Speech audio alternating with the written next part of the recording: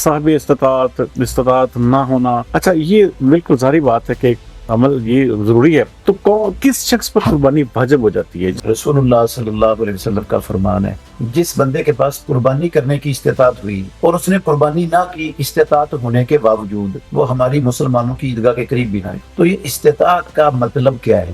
استطاعت کا مطلب آسان اور سادہ ہے، بندے کی جو آمدن آتی ہے وہ اپنے حلال اور جائز اخراجات پورے کرنے کے بعد اتنے پیسے بچا سکتے ہیں کہ بھیڑ بکری قسم کا جانور خرید لے، تو یہ صاحب استطاعت ہے، اس پر قربانی واجب اور فرض ہے۔ کیا وہ جو صاحب استطاعت بنتا ہے، پیسے نہیں ہیں، کیا وہ ادھار پکڑ کر قربانی کر سکتا ہے؟ ادھار اگر بندے کو اتارنے کی استطاعت ہے، اس کے پاس اس کے آمدن کے ذرائع موجود ہیں، کسی جگہ سے اس کو پیسے آنے والے ہیں، تو وہ ادھار لے کر بھی کر سکتے ہیں۔ اکثر بچے اپنی پاکٹ منی سے پیسے جمع کر کے کہتے ہیں کہ جو ہے نا ہم جانور لیتے ہیں، تو کیا ان بچوں پر یا اس نوجوان کے اوپر کیا یہ فرض ہے؟ یہ جو ان کا شوق ہے نا، اس شوق میں ان کا تعاون کرنا چاہیے اور ان کی تائید کرنی چاہیے، لیکن اس کے ساتھ ساتھ ریاکاری سے بچنا چاہیے ہر صورت۔ یہ نہیں ہونا چاہیے دنیا والے دیکھیں کہ یہ کس کا بکرا ہے، یہ کس کی گائے ہے جی اتنی زبردست، یہ نہیں ہونا چاہیے دل میں۔ یہ ہیئر ریموول ہوتے ہیں یا مثال کے طور پہ فیشلز ہوتے ہیں، تو کیا یہ بھی اپنا جب تک قربانی نہ نہیں کروایا جا سکتی؟ بالکل بھی نہیں کروایا جا سکتا۔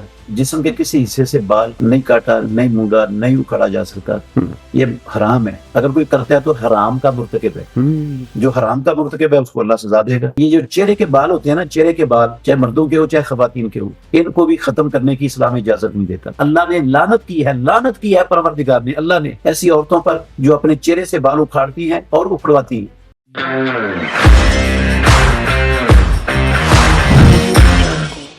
بسم اللہ الرحمن الرحیم۔ السلام علیکم ناظرین، پوڈ کاسٹ وِد سردار امین جتوئی میں ایک بار پھر خوش آمدید۔ ناظرین، عید الاضحیٰ کی آمد ہے اور قربانی کے حوالے سے بے شمار ایسے مسائل ہیں جن کا عام لوگوں کو نہیں پتا۔ قربانی کیسے کی جاتی ہے، کس طرح سے کرنی چاہیے، اس کے کیا کیا فرائض ہیں، اس کے لیے کیا کیا ہونا ضروری ہے، ان تمام امور پر تفصیلی گفتگو کرنے کے لیے آج ہم نے اپنے اسٹوڈیو میں ایک بار پھر دعوت دی ہے مفتی عبد الرحمان عابد صاحب، جو کہ نو ڈاؤٹ پاکستان میں علم کا ایک خزانہ ہے، ہمارے ساتھ موجود ہیں۔ مفتی صاحب ویلکم ٹو دا شو، کیسے ہیں آپ؟ ٹھیک ٹھاک؟ جی اللہ کا فضل ہے۔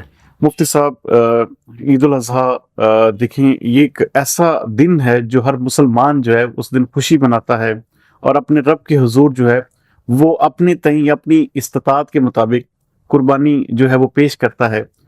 اس کے حوالے سے تھوڑا بتائیے گا کہ عید الاضحیٰ یعنی عید قربان، اس کو کیسے منانا چاہیے؟ محترم ناظرین کرام،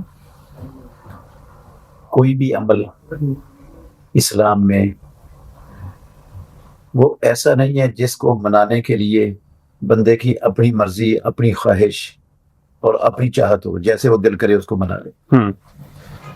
اسلام ایک مکمل ضابطہ حیات ہے اور اللہ رب العالمین نے ہر چیز کے لیے طریقہ اتارا ہوا ہے، اور محمد الرسول اللہ صلی اللہ علیہ وسلم نے اس طریقے پر عمل کیا ہے۔ تو جیسے رسول مکرم صلی اللہ علیہ وسلم نے عیدین کے ایام کو منایا ہے، مسلمانوں نے بھی ویسے ہی منانا ہے اور ویسے ہی ہم منانے کے مکلف ہیں اللہ رب العالمین کی طرف۔ بے شک رسول مکرم صلی اللہ علیہ وسلم سے بہتر طریقہ وہ تو کائنات میں کسی کا ہو ہی نہیں سکتا۔ بے شک۔ تو عید الاضحیٰ میں آپ صلی اللہ علیہ وسلم کی سنت یہ تھی کہ آپ فجر کی نماز کے بعد بغیر کچھ کھائے پیے عیدگاہ کے لیے جاتے تھے، جبکہ عید الفطر میں آپ صلی اللہ علیہ وسلم کوئی چیز کھا پی کر پھر جاتے تھے، اور عید الاضحیٰ میں قربانی کرنے کے بعد قربانی کے گوشت سے، کلیجی سے رسول اللہ صلی اللہ علیہ وسلم کھانے کا آغاز کرتے تھے۔ ماشاءاللہ، یہ رسول اللہ صلی اللہ علیہ وسلم کی سنت ہے، افضل اور مستحب عمل ہے، لیکن یہ فرض اور واجب نہیں ہے۔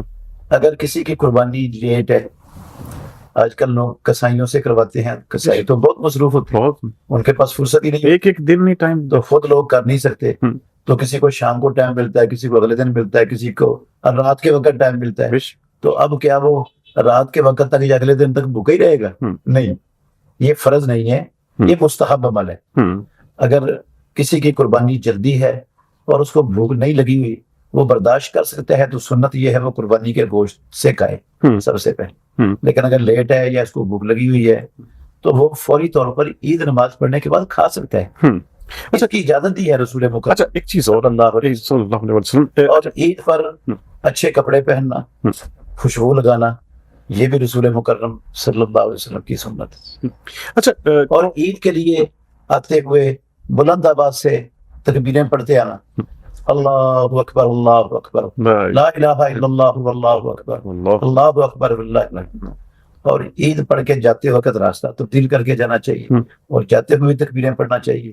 اور یہ تو عشرہ ذو الحجہ ایسا مبارک عشرہ ہے، سال کے 354 یا 55 جتنے بھی دن ہوتے ہیں، سب دنوں سے سب سے افضل ترین دن محمد رسول اللہ صلی اللہ علیہ وسلم نے یہ 10 دنوں کو قرار دیا، یکم ذو الحجہ سے 10 ذو الحجہ تک، اور خود رسول اللہ صلی اللہ علیہ وسلم 9 کے 9 روزے رکھتے تھے، عید والے دن تو روزہ رکھنا پڑا ہے، تو آپ نے یکم سے لے کر 9 تک روزے رکھے ہیں۔ اچھا ایک چیز مجھے بتائیے گا کہ کس شخص پر قربانی جو ہے، کیونکہ یہ دیکھیں صاحب استطاعت نہ ہونا، اچھا یہ بالکل ظاہری بات ہے کہ عمل یہ ضروری ہے، تو کس شخص پر قربانی واجب ہو جاتی ہے جس نے ہر صورت سردار امین جتوئی صاحب، رسول اللہ صلی اللہ علیہ وسلم کا فرمان ہے، من وجد ساعتا فلم یضحِ فلا یقربن مصلانا، جس بندے کے پاس قربانی کرنے کی استطاعت ہوئی اور اس نے قربانی نہ کی استطاعت ہونے کے باوجود،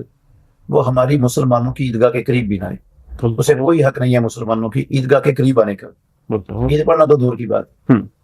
تو یہ استطاعت کا مطلب کیا ہے؟ بعض لوگ وہ تو یہ کہتے ہیں کہ جس بندے کے پاس زکوٰۃ کا نصاب ہو، اتنا مال ہو جس پر زکوٰۃ واجب ہو جاتی ہے، تو اس پر قربانی واجب ہے۔ یہ والی شرط سردار صاحب نہ قرآن میں ہے، نہ امام الانبیاء محمد الرسول اللہ صلی اللہ علیہ وسلم کی سنت اور حدیث میں ہے، نہ صحابہ کی زندگیوں میں اس کی شرط کا کہیں تصور ہے۔ یہ لوگوں نے اپنے دماغ سے، اپنی گھر سے بنا لیا شرط، اس کا دین سے، اسلام سے کوئی تعلق۔ استطاعت کا مطلب آسان اور سادہ ہے کہ بندے کی جو آمدن آتی ہے سالانہ آمدن سے، وہ اپنے حلال اور جائز اخراجات پورے کرنے کے بعد اتنے پیسے بچا سکتا ہے کہ وہ بھیڑ بکری قسم کا جانور خرید لے، یا وہ بڑے جانور میں حصہ رکھ لے، تو یہ صاحب استطاعت ہے، اس پر قربانی واجب اور فرض ہے۔ اچھا کئی لوگ ایسے ہوتے ہیں، دیکھیں ہمارا کیونکہ معاشرہ ایسا ہے کہ جہاں پہ رہتے ہیں آج کل ہم نے اس کو بھیڑ چال بنا لیا مفتی صاحب، کہ اس نے 2 جانور لے لیے، اس نے 4 لے لیے۔ اچھا کتنے یہ، کیونکہ بہت سارے لوگ ایسے ہیں بیچارے جو نہیں استطاعت رکھتے یا کم استطاعت رکھتے ہیں، تو پھر وہ گھر والوں سے مجبور ہو کر ادھار پکڑ کر بھی قربانی ہو سکتی ہے۔ اچھا سب سے پہلی بات تو سمجھنے والی یہ ہے کہ ایک قربانی ایک فیملی کی طرف سے، فیملی کا سربراہ اپنی طرف سے اور اپنے زیر کفالت تمام لوگوں کی طرف سے کرتا تھا، رسول اللہ صلی اللہ علیہ وسلم کے زمانے میں اور سب کی طرف سے کفایت ہو جاتی تھی۔ ایک جانور یا بڑے جانور کا ایک حصہ، ایک فیملی سب کی طرف سے وہ قربانی ہو جاتی۔ ہر فرد کی طرف سے الگ قربانی کا اسلام میں تصور نہیں۔ یہ جو تصور ہے نا، آپ پوچھیں کسی سے قربانی آپ کر رہے ہیں، جی کر رہے ہیں، کس کی طرف سے کر رہے ہیں؟ وہ کہتا ہے میں اپنی بیوی کی طرف سے کر رہا ہوں، پچھلے سال میں نے اپنی طرف سے کی تھی، اگلے سال میں نے اپنی والدہ کی طرف سے کرنی ہے، اگلے سال میں نے اپنی بیٹی کی طرف سے کرنی ہے۔ تو کیا یہ جائز ہے؟ یہ تصور ہی غلط ہے، یہ اسلام کا تصور ہے ہی نہیں۔ اسلام میں ایک گھر کا جو سربراہ ہے، جن کی آمدن اور خرچ ایک جگہ پر ہے، وہ سارا ایک فیملی شمار ہوتی ہے، اور ان کا جو بڑا ہے وہ ایک حصہ یا ایک جانور کر دے گا تو سب کی قربانی ہو جائے گی۔ تو یہ جو 4 6 جانور، اچھا ہے، اگر کسی کو اللہ نے زیادہ توفیق دی ہے تو وہ زیادہ قربانیاں بھی کر سکتے ہیں۔ رسول مکرم صلی اللہ علیہ وسلم نے حجۃ الوداع کے موقع پر 100 اونٹ قربان کر دیے تھے۔ ایک موقع پر سفر میں آپ نے 7 اونٹ قربان کی، نہر کی قربانی کے موقع پر، اور ہمیشہ رسول اللہ صلی اللہ علیہ وسلم 2 مینڈے قربان کیا کرتے تھے، خود اپنے ہاتھ سے ذبح کیا کرتے تھے ان کو۔ لیکن شرط یہ ہے کہ اس کا مقصد صرف اللہ کی خوشنودی اور رضامندی ہو، لوگوں کو کھانا مقصود نہ ہو، اس لیے نہ کرے کہ لوگ خوش ہو جائیں، یہ میری بیوی کی طرف سے، شہرت کی داد بیٹھ جائے، یہ میری بیوی کی طرف سے ہے، یہ میرے بھائی کی طرف سے ہے، یہ میرے بیٹے کی طرف سے قربانی ہے، یہ میرے ابو کی طرف سے ہے۔ اس طرح کی بھیڑ چال. زیادہ قربانیاں کی اجازت تو ہے، لیکن وہ سب کی طرف سے زیادہ بھی سب کی طرف سے ہی ہوں گی. ایک جب سب کی طرف سے ہو رہی ہے، 2 بھی سب کی طرف سے ہو جائیں گی، 3 بھی سب کی طرف سے ہو جائیں گی. زیادہ کی اگر کسی نے، اللہ نے کسی کو استطاعت دیا، کرے بے شک وہ، لیکن ریاکاری نہ ہو، اس میں دکھلاوا نہ ہو. دنیا کے مفادات کے حصول کے لیے، لوگوں کو خوش کرنے کے لیے، لوگوں کی نظروں میں بڑا کرنے کے لیے، لوگوں سے نمبر لینے کے لیے، لوگوں سے تعریف کروانے کے لیے، یہ نہیں ہونا چاہیے. وہ دیکھو بھائی فلاں نے اتنے جانور کر دیے، اچھا وہ فلاں اتنی پیسوں کی قربانیاں لے کے آیا، فلاں یہ کر رہا ہے، فلاں وہ کر رہا ہے. اگر تو یہ مقصد ہے کہ لوگ ایسے کہیں تو پھر اس قربانی کا کوئی فائدہ نہیں ہے، وہ قربانی کا اجر نہیں ملے گا. وہ قربانی اس کے لیے وہ بار بن جائے گی قیامت. اچھا میں ایک چیز اور پوچھی تھی آپ سے کہ کوئی شخص جو ہے وہ تھوڑی بہت جب مثال کا استطاعت رکھتا ہے، لیکن جب عید قربان کا وقت آیا تو اس کے پاس استطاعت نہیں ہے، تو کیا وہ جو صاحب استطاعت بنتا ہے، پیسے نہیں ہیں، کیا وہ ادھار پکڑ کر قربانی کر سکتا ہے؟ اس حالت میں جائز ہے؟ جی، ادھار اگر بندے کو اتارنے کی استطاعت ہے، اس کے پاس اس کے آمدن کے ذرائع موجود ہیں، کسی جگہ سے اس کو پیسے آنے والے ہیں، اور اس کو پتا ہے کہ میں نے یہ جتنے پیسے قربانی میں ادھار لیے، اتار دوں گا، کوئی مسئلہ نہیں میرے لیے ادھار اتارنے میں، تو وہ ادھار لے کر بھی کر سکتے ہیں. لیکن ایک بندہ ایسا ہے، اس کے پاس کوئی آمدن کے ذرائع بھی نہیں ہے، اور اس کو پتا بھی نہیں ہے کہ اس کے پاس آنے ہیں پیسے، اور وہ ادھار لے کر قربانی کرے، جبکہ اس پر قرض بھی ہے، لوگ اس کے پیچھے چڑے ہوئے ہیں کہ ہمارا قرض ادا کرو. تو ایسے بندے کے لیے پھر قربانی درست نہیں ہے. وہ پہلے لوگوں کے قرض ادا کرے، ان کے قرض ادا کرنے کے بعد اگر وہ اس کے اوپر چڑے ہوئے ہیں، اس سے مطالبہ کر رہے ہیں، مانگ رہے ہیں، تو ان کا قرض ادا کرنے کے بعد ایک سے پاس بچتی ہے استطاعت، تو ٹھیک ہے، نہیں تو اس پر قربانی پھر واجب نہیں. مفتی صاحب، کون سا جانور سب سے زیادہ آپ کہیں ریکمینڈ کریں گے، یا جو احادیث یا ہمارے رسول صلی اللہ علیہ وسلم کی جو سنت ہے، کون سا ایسا جانور ہے جس کی قربانی جو ہے وہ زیادہ مقبولیت رکھتی ہے؟ کیونکہ یہاں پر بھی بہت ساری رائے قائم ہیں. جی، اگر تو انفرادی طور پر دیکھیں، انفرادی، اجتماعی نہیں، انفرادی طور پر سب سے افضل قربانی اونٹ کی ہے. ایک بندہ اکیلا انفرادی بغیر کسی کو شریک کیے ہوئے قربانی کرتا ہے، تو اس کے لیے سب سے افضل قربانی کون سی؟ اونٹ کی قربانی. اور اس کے بعد دوسرا نمبر ہے افضلیت کا گائے کی قربانی کا، انفرادی طور پر. اور اس کے بعد پھر نمبر ہے مینڈے کی قربانی کا، چھترے اور دمبے کی قربانی. اور پھر درجہ ہے آخر میں بکرے کی قربانی کا. آخری درجے پہ بکرا ہے؟ ہاں جی. دلیل اس کی کیا ہے؟ صحیح حدیث ہے ابو داؤد میں، ترمذی میں، دوسری کتابوں میں. رسول اللہ صلی اللہ علیہ وسلم نے فرمایا، جو جمعے والے دن جمعہ پڑھنے کے لیے پہلی گھڑی میں آتا ہے، اللہ رب العالمین اس کو اونٹ قربان کرنے کے برابر اجر و ثواب عطا فرماتے. ماشاءاللہ. اور جو دوسری گھڑی میں آتے ہیں، جتنے بھی لوگ آ جائے اس گھڑی میں، ان کو گائے کی قربانی کے برابر ثواب ملتا ہے. اور جو تیسری گھڑی میں آ جائے، اس کے لیے مینڈا قربان کرنے کے برابر ثواب ملتا ہے. جو چوتھی گھڑی میں آ جائے، اس کے لیے مرغ صدقہ کرنے کے برابر ثواب ملتا ہے. اور جو پانچویں گھڑی میں آ جائے، اس کو انڈا صدقہ کرنے کے برابر ثواب ملتا ہے. اور جو امام کے ممبر پر چڑھنے کے بعد آتا ہے، اس کو ان ثوابوں میں سے کچھ بھی نہیں ملتا، وہ محروم ہو جاتا ہے ان ثوابوں سے، سب ثوابوں سے. تو اب رسول اللہ صلی اللہ علیہ وسلم نے پہلی گھڑی میں آنے والے کا ثواب سب سے افضل وہی ہے نا، تو وہ کس کو قرار دیا رسول صلی اللہ علیہ وسلم نے؟ اونٹ کے برابر، پھر گائے، پھر مینڈا. تو قربانی کے تو یہی جانور ہیں. باقی انڈے کی اور مرغے کی تو قربانی اسلام میں ہے ہی نہیں. بے شک. وہ اچھا، آج کل زیادہ رجحان دمبا چھوڑ کر یا بکرے کی جانب زیادہ ہوا ہے، تو یہ اس کا مطلب ہے کہ بکرا کم تر ہے مینڈے سے یا دمبے سے؟ اس حدیث سے تو یہی معلوم ہوتا ہے. باقی کوئی جتنے زیادہ خلوص سے، جتنے زیادہ پیسے کی قربانی کرتا ہے، اتنا زیادہ اجر اس کو مل جائے گا انشاءاللہ. بے شک. وہ رب العالمین تو دیکھتا ہے اس کا خلوص کتنا ہے، اور اس نے میری راہ میں مجھے خوش کرنے کے لیے میرا دیا ہوا مال خرچ کتنا کیا. اچھا، آج کل کے بچوں میں، یوتھ میں، خاص طور پہ نوجوانوں میں بہت زیادہ شوق ہوتا ہے کہ یہ قربانی کا جانور رکھنا، پالنا، اس کو گھمانا پھرانا. ایون دین یہاں تک بھی کہ اکثر بچے اپنی پاکٹ منی سے پیسے جمع کر کے کہتے ہیں کہ جی ہماری جو ہے نا ہم جانور لیتے ہیں. تو کیا ان بچوں پر یا اس نوجوان کے اوپر کیا یہ فرض ہے؟ نہیں، فرض تو نہیں ہے بچوں پر یا نوجوانوں پر، لیکن یہ جو ان کا شوق ہے نا، اس شوق میں ان کا تعاون کرنا چاہیے اور ان کی تائید کرنی چاہیے. اور یہ شوق بچوں کا بہت اچھا ہے کہ ہم قربانی کریں. رسول مکرم صلی اللہ علیہ وسلم کی زندگی میں بھی صحابہ اپنی قربانی کے جانوروں کو اسپیشل کھلاتے تھے، اسپیشل طور پر ان کو پالتے تھے، موٹا تازہ بھی کرتے تھے انہیں۔ تو جتنا اچھا موٹا تازہ بہترین قسم کا جانور، جتنا مہنگا اچھی جو ہے نا وہ گوشت والا جانور آپ قربان کریں گے، اجر بھی اتنا زیادہ ملے گا انشاءاللہ۔ اچھا، تو بچوں کو اگر وہ شوق سے کوئی نیکی کا کام کرتے ہیں تو ان کو اپریشیٹ کرنا چاہیے، ان کو شاباش دینی چاہیے، ان کو ان کے حوصلے کو بڑھانا چاہیے کہ یہ بہت اچھا کام کر رہے ہیں۔ لیکن اس کے ساتھ ساتھ جس طرح شروع میں نے کہا، ریاکاری سے بچنا چاہیے ہر صورت۔ یہ نہیں ہونا چاہیے کہ ہم لے کر گھومیں اور دنیا والے دیکھیں کہ یہ کس کا بکرا ہے جی، یہ کس کی گائے ہے جی اتنی زبردست۔ یہ نہیں ہونا چاہیے دل میں، دل کے کسی کونے میں، کہ یہ دیکھ کر جو ہے نا لوگ تعریفیں کریں اور لوگ بھی پھر کہیں کہ ہم بھی ایسا کرتے ہیں یا ہم بھی اس سے بڑھ کر کرنے کی کوشش کرتے ہیں، اس نے کیا تو ہم ایسے زیادہ کریں۔ یہ نہیں ہونا چاہیے دل میں، دل میں صرف رب کی رضا ہونی چاہیے۔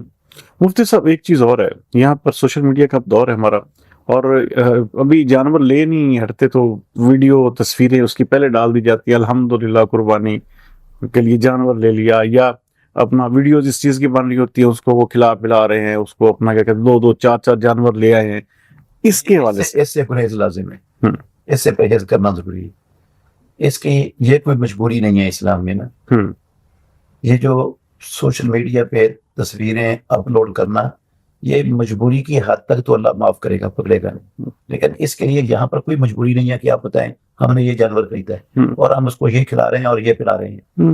یہ کبیرہ گناہ ہے، کبیرہ گناہ ہے، اور اس کبیرہ گناہ سے توبہ کے بغیر معافی بھی نہیں ملتی، توبہ کرنا شرط ہوتی ہے کبیرہ گناہ کے لیے، کیونکہ مہنگے مہنگے جانور لے کے آتے ہیں، پھر اس کی ویڈیوز پھر بار بار ڈالتے ہیں، لوگوں کو بلاتے ہیں جی آئیں جی ہمارا جانور دیکھیں۔ دوسری وجہ یہ بھی ہے کہ یہ ریاکاری کے اندر آنے کا بھی خدشہ ہے، اس کا زبردست خدشہ ہے ریاکاری کا، اور ریاکاری کے اندر جو عمل کیا جائے گا وہ عمل ہی باطل ہے، اللہ قبول ہی نہیں کرتا، بلکہ اس کا ثواب کی بجائے وبال بن جاتا ہے۔ وہ 3 بندے جن کو سب سے پہلے جہنم میں جھونکا جائے گا، ان میں ایک عالم ہوگا، ایک شہید ہوگا، ایک سخی ہوگا۔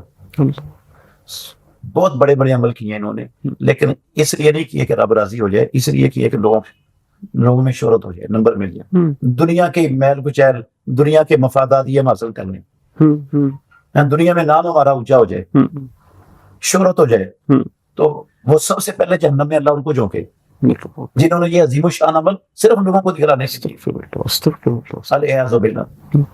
مفتی صاحب یوم عرفہ کے ساتھ ساتھ یہ آپ نے جیسے بتایا کہ 10 دن بڑے اہم ترین دن ہوتے ہیں، اچھا ان میں حضور پاک صلی اللہ علیہ وسلم جیسے آپ نے بتایا کہ یکم سے لے کے 9 ذی الحج تک وہ روزے رکھتے تھے، تو یہاں پر کیا یہ فرض ہے یا یہ ایک نفلی عبادت ہے؟ یہ نفلی عبادت، فرض نہیں ہے۔ روزہ نفلی عبادت ہے، فرض نہیں ہے۔ رسول مکرم صلی اللہ علیہ وسلم یہ 9 بھی روزے رکھتے تھے، ہر ہفتے میں سوموار اور جمعرات کا روزہ رکھتے تھے، ہر اسلامی مہینے کی 13، 14 اور 15 تاریخ کا بھی روزہ رکھتے تھے، اب عاشورے کا بھی روزہ رکھتے تھے، عرفے کا بھی روزہ رکھتے تھے۔ یہ سارے روزے نوافل میں آتے ہیں، یہ فرضی عبادت نہیں ہے۔ فرضی روزے صرف یا تو رمضان کے ہیں، اور یا پھر اگر کسی بندے نے کوئی نظر مانی ہو کہ اللہ نے میرا یہ کام کر دیا تو میں اتنے روزے رکھوں گا، جب وہ کام ہو جائے گا تو اتنے روزے رکھنا فرض ہو جائے گا اس پر۔ وہ اللہ نے فرض نہیں کیے، وہ اس نے خود اپنے آپ پر فرض کر لیے ہیں، اور اللہ کی طرف سے یہ جو بندہ اپنے اوپر فرض کر لیتا ہے پھر وہ تسلیم ہو جاتا ہے، پھر اس کو یہ فریضہ ادا کرنا پڑتا ہے، بشرط ہے کہ وہ نیکی کی اس نے نظر مانی ہو، منت مانی ہو۔ اگر اللہ نہ کرے کسی نے گناہ کی منت مان لی ہے کہ میرا فلاں کام ہو گیا تو میں فلاں مزار پر، قبر پر، دربار پر میں چادر چڑھاؤں گا یا پھول چڑھاؤں گا، تو یہ گناہ کا کام ہے، حرام ہے۔ یہ نظر پوری کرنی فرض نہیں ہوتی، ایسی نظر کو توڑ کر اس کا کفارہ دینا لازم ہے، قسم کا کفارہ ہوتا ہے اس کا، نظر کو توڑنے کا۔ 10 مسکینوں کو کھانا کھلائے گا یا ان کو لباس پہنائے گا، نہیں کر سکتا تو پھر 3 روزے رکھے۔ مفتی صاحب قربانی کا اصل مفہوم کیا ہے اس کے حوالے سے؟ کیونکہ بہت ساری یہاں پر بھی بدعات بھی ہیں، اس کے حوالے سے بہت ساری مختلف جو رائے ہیں وہ بھی قائم ہیں۔ اصل میں یہ جو قربانی ہے اس کا مفہوم تھوڑا سا بیان کیجیے۔ جو قربانی کی اصل حقیقت ہے نا، وہ تو یہ بکرے، چھترے، گائیاں، اونٹ عید الاضحیٰ کے موقع پر ذبح کرنا نہیں ہے۔ اصل حقیقت یہ نہیں ہے، اصل حقیقت یہ ہے کہ رب کی رضا کے لیے، اللہ کی زمین پر اللہ کے دین کو غالب کرنے کے لیے، دنیا کے جھوٹے خداؤں کی خدائی کو توڑنے اور ختم کرنے کے لیے، اسلام کے مقابلے میں دنیا کے باطل نظاموں کی قوت کو ختم کرنے کے لیے بندے سے جب پروردگار مطالبہ کرے اس کے مال کا، اس کی اولاد کا، اس کی جان کا، تو ہر وقت وہ یہ دینے کے لیے تیار ہو، اللہ اکبر، اللہ اکبر۔ اپنے رب کی خاطر اپنا مال، اپنی اولاد، حتیٰ کہ اپنی جان بھی دینے کے لیے ہر وقت تیار ہو۔ یہ ہے اصل قربانی کا فلسفہ۔ یہ چیز پیدا کرنا چاہتا ہے پروردگار، یہ بکرے، چھترے، گائیاں، اونٹ ذبح کروا کے بندوں سے، کہ یہ چیز پیدا ہو بندے کے اندر۔ جب یہ چیز پیدا ہو جائے گی نا کہ میرے رب کی طرف سے، میرے نبی کی طرف سے، میرے اسلام اور میرے دین کو میری جس چیز کی ضرورت ہے ہر وقت، میری ہر چیز اللہ رب العالمین کی رضا کی خاطر، اس کے نبی کے طریقے پر اور اللہ کے دین کے دنیا میں غلبے کے لیے ہر چیز حاضر ہے، تو یہ اس بندے نے قربانی کا اصل مقصد حاصل کر لی ہے۔ سبحان اللہ۔ مفتی جب صاحب، یہ چیز دل میں پیدا ہوئی، مفتی صاحب ایک چیز جو خاص طور پر یہ جو 9 دن ہے اس کے حوالے سے بال نہیں آپ کٹوا سکتے، آپ ناخن نہیں تراش سکتے، یا ایون دین اچھا کچھ لوگ ظاہری بات ہے روزانہ میرے جیسے جو شیو کرتے ہیں، تو اس کے لیے کیا حکم ہے اور کیا یہ واقعی ہی ایسا ہونا چاہیے؟ صحیح مسلم شریف کے اندر حدیث ہے، سردار امین جتوئی صاحب، ہماری ماں ام المومنین ام سلمہ بیان کرتی ہیں کہ رسول اللہ صلی اللہ علیہ وسلم نے فرمایا جب ذوالحجہ کا چاند چڑھ جائے اور تم میں سے کوئی شخص قربانی کا ارادہ رکھتا ہو قربانی کرنے کا، تو اس کے لیے حلال نہیں ہے کہ وہ اپنے بالوں یا ناخنوں میں سے کسی چیز کو کاٹے۔ حلال نہیں کا مطلب کیا ہوتا ہے؟ حرام ہے۔ ان 10 دنوں میں قربانی کرنے تک، صرف یہ نہیں 10 دن میں 10واں دن کا جب سورج غروب ہوگا تو پھر حلال ہو جائے گا، قربانی کرنے تک رسول اللہ صلی اللہ علیہ وسلم نے فرمایا اس کے لیے حلال نہیں ہے۔ چاند چڑھنے سے لے کر قربانی کرنے تک نہ وہ اپنے بال کاٹے گا اور نہ اپنے ناخن کاٹے گا، نہ شیو کرے گا۔ شیو صرف ان 10 دنوں میں حرام نہیں ہے، یہ تو ساری زندگی حرام ہے۔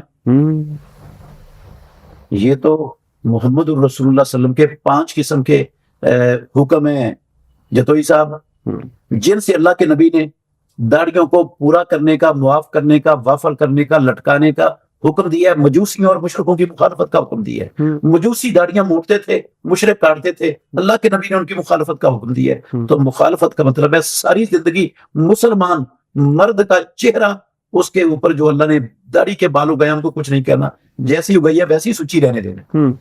تو جو خط کرواتے ہیں جو بڑے سٹائلش قسم کے آج کل جیسے، وہ رسول اللہ صلی اللہ علیہ وسلم کے فرامین کی خلاف ورزی کرتے ہیں۔ رسول اللہ صلی اللہ علیہ وسلم نے ساری زندگی نہ خط کیا، نہ کروایا، نہ صحابہ نے خط کیے، نہ کروائے، نہ کسی کو اجازت دی آپ صلی اللہ علیہ وسلم نے۔ یہ جیسی اللہ نے اگا دی ہے نا، اللہ نے مرد کے چہرے پر داڑھی اگا کر مرد کو بدصورت نہیں بنایا۔ جتوئی صاحب قرآن میں 5 قسمیں اٹھا کے اللہ نے کہا لقد خلقنا الانسان فی احسن تقویم، جو حسن اللہ نے اپنی ساری مخلوقات میں انسان کو دی ہے وہ کسی کو دی ہے نہیں، اور انسان میں مرد کو داڑھی اگا کر حسن دی ہے اور عورت کو داڑھی کے بغیر حسن دی ہے۔ تو ہم الٹ ہو گئے ہیں، دین کو بالکل ہم نے اپنی مرضی کے مطابق ڈال لیا، الٹ کر دیا ہر شے۔ اور یہ حکم شیطان کا ہے، داڑھی مونڈنے کا اور کاٹنے کا حکم شیطان کا ہے، اور رکھنے کا حکم اللہ اور اللہ کے نبی کا ہے۔ تو یہ ان دنوں میں بھی نہیں کرنی چاہیے، ان دنوں کے آگے پیچھے بھی اس کو کاٹنے کی گنجائش نہیں ہے۔ چلو جی، انشاءاللہ اس کے حوالے سے میں جو ہے نا یہ اپنا بڑی میرے اندر جنگ جاری ہے کہ انشاءاللہ جلدی اللہ تعالیٰ جو ہے نا مجھے توفیق دے گا۔ اچھا کہ ناخن ٹوٹ گیا سپوز بھائی آپ ان 9 دنوں میں، اگر ناخن بسا اوقات کسی چیز میں جو ہے نا وہ چوٹ لگنے کی وجہ سے ناخن ٹوٹ جاتا ہے، اب وہ بہت تکلیف دے رہا ہے بندے کو، اور ہر وقت بندے نے کام تو ہاتھوں سے ہی کرنا ہوتا ہے، کام کرتے ہوئے ہر چیز میں ہٹ جاتا ہے، شدید تکلیف اٹھانی پڑتی ہے۔ تو ایسی صورت میں وہ جو ٹوٹا ہوا ہے نا جتنا اتنا کو آپ اس کو ریموو کر دیں تو انشاءاللہ الرحمن یہ اس حدیث کے مستاق نہیں بنیں گے جس میں اللہ نے حرام کیا۔ اچھا کچھ جنرل اس چیز کی اجازت ہے، گنجائش ہے اتنا کو ریموو کرنے میں۔ اچھا ایک چیز اور کہ جو خاص طور پر میں کچھ جنرل حوالے سے بھی، کیونکہ بہت ساری جب آپ ہمارے پروگرام میں آئے تو بہت ساری خواتین و حضرات نے ہمیں کہا کہ مفتی صاحب سے یہ چیزیں ضروری جو ہے پوچھنی ہے۔ اچھا یہ جو مثال کے طور پہ یہ جو خاص طور پہ عیدین کا یہ جیسے یہ ہیئر ریموول ہوتے ہیں یا مثال کے طور پہ فیشلز ہوتے ہیں، تو کیا یہ بھی اپنا جب تک قربانی نہ نہیں کروائے جا سکتے؟ بالکل بھی نہیں کروایا جا سکتا۔ جسم کے کسی حصے سے بال نہیں کاٹا, نہیں مونڈا, نہیں اکھاڑا جا سکتا, یہ حرام ہے. اگر کوئی کرتا ہے تو حرام کا مرتکب ہے, جو حرام کا مرتکب ہے اس کو اللہ سزا دے گا. دوسری بات یہ ہے کہ یہ جو چہرے کے بال ہوتے ہیں نا, چہرے کے بال چاہے مردوں کے ہو چاہے خواتین کے ہو, چاہے وہ پیشانی پر ہوں, چاہے ناک کے اوپر ہوں, چاہے رخساروں پر ہوں, چاہے اپر لپ پہ ہوں, چاہے تھوڑی پر ہوں, ان کو بھی ختم کرنے کی اسلام اجازت نہیں دیتا. صحیح بخاری شریف کے اندر حدیث ہے, رسول اللہ صلی اللہ علیہ وسلم کا فرمان ہے کہ اللہ نے لعنت کی ہے پروردگار نے, اللہ نے ایسی عورتوں پر جو اپنے چہرے سے بال اکھاڑتی ہیں اور اکھڑواتی ہیں. اکھاڑنے والی اور اکھڑوانے والی دونوں پر اللہ کی لعنت ہے. جس کام پر اللہ کی لعنت ہو جتوئی صاحب, وہ کام مسلمان کے لیے حلال ہو سکتا ہے؟ وہ کام تو حلال نہیں ہو سکتا. ایک خاتون نے نا, ام یعقوب اس کا نام تھا, عبداللہ بن مسعود رضی اللہ عنہ اس حدیث کے راوی ہیں, اس نے کہا کہ تو کہتا ہے اللہ نے لعنت کی ہے ایسی عورتوں پر جو اپنے چہرے سے بال اکھاڑتی ہیں, تو میں نے تو پورا قرآن پڑھا, مجھے تو قرآن میں نہیں ملا, تو اللہ نے کیسے لعنت کی ہے؟ تو عبداللہ بن مسعود رضی اللہ عنہ اس عورت کو کہتے ہیں, اگر تو قرآن پڑھتی نا جس طرح پڑھنے کا حق تھا تجھے ضرور مل جاتا. کیا تو نے یہ نہیں پڑھا قرآن میں اللہ نے کہا ہے ما آتاکم الرسول فخذوہ وما نہاکم عنہ فانتہوا, جو چیز تمہیں محمد رسول اللہ صلی اللہ علیہ وسلم دے اسے لے لو, جیسے منع کرے اسے رک جاؤ. کہتی یہ تو پڑھا ہے, تو آپ کہتے ہیں پھر یہ رسول اللہ صلی اللہ علیہ وسلم نے ہم تک پہنچایا اللہ کا حکم. اچھا کہ خواتین کو ہارمونل پرابلمز ہو جاتے ہیں, اگر ہارمونل پرابلم ہو جائے عورت کو اور اس کے اپر لپ پہ مونچھیں آ جائے مردوں جیسے اور داڑھی آ جائے مردوں جیسی گھنی سیاہ, تو وہ ریموو کر سکتی ہے. کیوں کر سکتی ہے؟ اس لیے کر سکتی ہے کہ یہ کام فطرت کے خلاف ہو گئے. عورت کی فطرت اس کے چہرے پر یہ مونچھیں اور داڑھی آنا نہیں ہے, تو جب کوئی خلاف فطرت چیز ہو جائے اسلام میں اس کو زائل کیا جا سکتا ہے, وہ اللہ کی دی ہوئی شکل کو تبدیل کرنے میں نہیں آتا. دیکھیں بسا اوقات بندے کے ہاتھ کے, ویسے تو اللہ نے 5 انگلیاں بنائی ہیں, کئیوں کے 2 انگوٹھے ہوتے ہیں, کئیوں کی ہر انگلی کے ساتھ ایک انگلی بڑی ہوئی ہوتی ہے, تو کئی انگلیاں کئی چھوٹی انگلیاں 2 بنی ہوئی ہوتی ہیں, تو وہ کام کاج میں رکاوٹ بنتی ہیں. اب بندہ یہ جو بڑی ہوئی انگلیاں ہیں نا, یہ فطرت کے خلاف کام ہو, اپریڈ کے ذریعے ان کو ختم کروا دے, یہ اللہ کی شکل میں تبدیلی نہیں ہے. اللہ کی شکل میں تبدیلی یہ ہوگی جب جمہور عورتوں کا چہرہ اللہ نے ایک بنا دیا ہے, اب اس چہرے کے خلاف دوسرا چہرہ بنائیں گے تو یہ اللہ کی شکل میں تبدیلی اور اس پر لعنت آ جائے گی. مجھ سے ایک چیز اور ہے کہ بہت ساری خواتین جو ہیں وہ مثال کے طور پہ اس کو کاٹنے کے لیے کینچی لوہے کا یا کسی چیز استعمال کر سکتی ہے, اس کی ممانعت تو نہیں ہے؟ جو ریزر ہے نا غیر ضروری جسم کے, عورت وہ اپنا سیفٹی سے اس طرح سے ان کو ریموو کر سکتی ہے. کوئی پابندی نہیں ہے عورت کے لیے لوہا استعمال کرنے میں غیر ضروری بالوں کو اپنے جسم کے سے زائل کرنے کے لیے. مرد بھی کر سکتے ہیں, عورت بھی کر سکتے ہیں. اچھا لوہا استعمال کر سکتے ہیں, لوہا بھی دونوں استعمال کر سکتے ہیں, اور سپرے بھی دونوں استعمال کر سکتے ہیں, کریم بھی دونوں استعمال کر سکتے ہیں, کوئی پاؤڈر ہے وہ بھی استعمال کر سکتے ہیں. ہر ریموو یہ جو ہے نا زیر ناف بال, ان کو ریموو کرنا ہے وہ جس طریقے سے بھی آپ کے لیے سہولت ہے, آپ مرد ہیں یا عورت ہیں, لوہے سے سہولت ہے, کریم سے سہولت ہے, پاؤڈر سے سہولت ہے. کہا جاتا ہے مرد جو ہے نا وہ نہیں اس سے کریم سے یا اس چیزوں سے کر سکتے. فضول باتیں, اچھا یہ لوگوں کے اپنے دماغوں کی اختراع ہے, کتاب و سنت میں ایسی کوئی چیز نہیں. موڑنے کا حکم ہے, جو چیز بھی موڑ دیتی ہے بالوں کو, زیر ناف بالوں کو, اس کو استعمال کیا جا سکتا ہے. مرد بھی کر سکتے ہیں, عورتیں بھی کر سکتے ہیں, اس میں کوئی ممانعت نہیں, کوئی مسئلہ نہیں. اور یہ جو کہا جاتا ہے کہ جی مرد لازمی طور پر سیفٹی یوز کرے گا, وہ ہر صورت میں اس طرح یوز کرے گا یا اس طرح کی, نہیں ایسا کوئی مسئلہ نہیں. کتاب و سنت میں, اسلام میں, اللہ کے دین میں کوئی ایسا مسئلہ نہیں. بہت, اور کسی فقہ میں بھی یہ مسئلہ نہیں ہے, یہ جاہلوں کا مسئلہ ہے.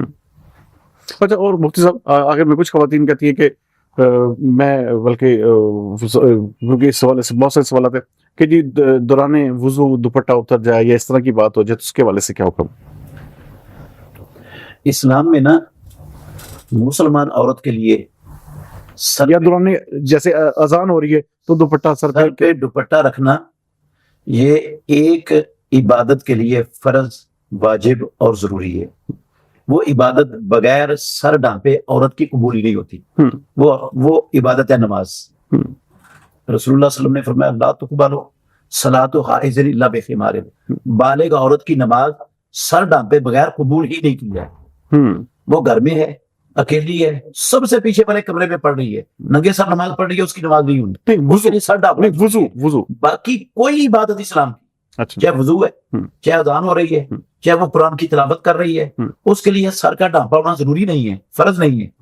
اگر وہ بغیر سر ڈھانپے, کوئی غیر محرم نہیں ہے اس کے پاس, محارم اس کا باپ ہے، بھائی ہے، خامد ہے، بیٹے ہیں، تو ان کے سامنے اس کا سر ننگا ہو جائے تو کوئی بدی نہیں ہے اسلام میں، کوئی غلط نہیں، چاہے دوران اذان ہے، چاہے وہ چاہے دوران اذان ہے، چاہے دوران وضو ہے، چاہے دوران تلاوت ہے، چاہے کھانا کھانے کے جو دوران، کہا جاتا ہے جی ہر مسئلہ نہیں بھی دوپٹہ اوڑے، جی اذان ہو رہی ہے تو دوپٹہ اوڑے، پوری تو بس یہ ایسے ہی لوگوں نے بنائی ہوئی ہیں چیزیں، یہ ہم، تصورات اور خیالات ہیں لوگوں کے، بس ان کا دین سے کوئی تعلق نہیں، دین سے کوئی تعلق سرے سے۔ نہیں ہے۔ باقی جب غیر محرم ہوگا پاس تو پھر تو سر کیا، سارا جسم ڈھانپنا فرض ہے مسلمان عورت ہم، کو، پھر سر میں۔ دوست ناظرین، آپ سن رہے تھے مفتی عبد الرحمان عابد صاحب کی بہت ہی، میں کہتا ہوں کہ ایسی ایسی چیزیں جو علم کا خزانہ ان کے پاس ہے، ہم اکثر سوچتے ہیں کہ بہت ساری بدعات اور ہم اس طرح کی وہموں کا شکار ہوتے ہیں، لیکن ایسے جو عالم دین ہیں ان کی آپ کو جو ہے ہر صورت میں ان کا جو ساتھ بیٹھنا چاہیے، ان سے ایسی چیزیں پوچھنی چاہیے جو میرے جیسے ناقص العقل بندے کو بھی، جسے کہتے ہیں کہ بہت ساری ایسی باتیں